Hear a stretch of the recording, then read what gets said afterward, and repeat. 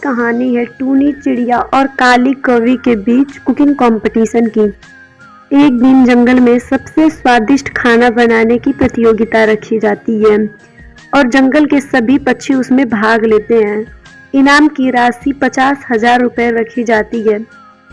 बंटी तोता टूनी चिड़िया के पास आता है और बोलता है, टूनी बहन, तुम कंपटीशन में क्या बनाने वाली हो? टूनी चिड़िया कहती है, मैं तो अंडा करी बनाऊंगी। सभी पक्षी अपनी अपनी तैयारियों में लग जाते हैं। कंपटीशन का दिन आ ही जाता है। जंगल के सभी पक्षी अपना अपना स्टॉल लगाने लगते हैं। पिंकी चिड़िया काली कौवी के पास आती है और बोलती है, कौवी बहन, हम सब जानते हैं कि टूनी चिड़िया सबसे स्वादिष्ट खाना बनाती है और वो इस कंपटीशन में भाग लेगी तो वही जीतेगी। काली कौवी बोलती है, मैं जीतने दूंगी तब ना। काली कौवी और पिंकी चिड़िया मिलकर प्लान बनाते हैं।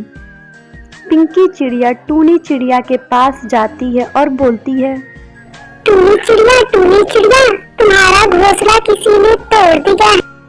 पिंकी चिड़िया अपने घर आती है और बोलती है, अरे मेरा घोंसला तो बिल्कुल सही है, पिंकी ने झूठ क्यों बोला मेरे से? टूनी चिड़िया वापस आती है और देखती है उसके सारे सामान बिखरे पड़े हुए होते हैं। वह जोर जोर से रोने लगती है।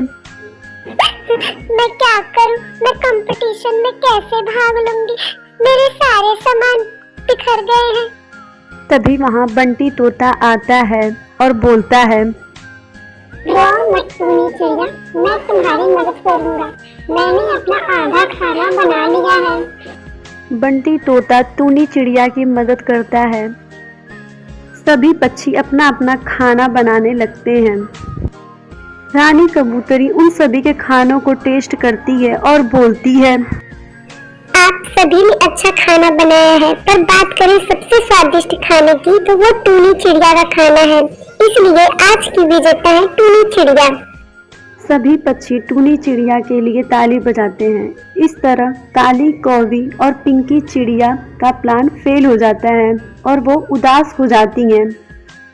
राजस्थान के जंगल में टूनी चिड़िया अपने पति चंपक के साथ रहती थी। एक दिन अचानक जंगल में आग लग जाती है। सारे जानवर इधर उधर भागने लगते हैं। उस आग में टूनी चिड़िया का घर भी पूरी तरीके से जल जाता है।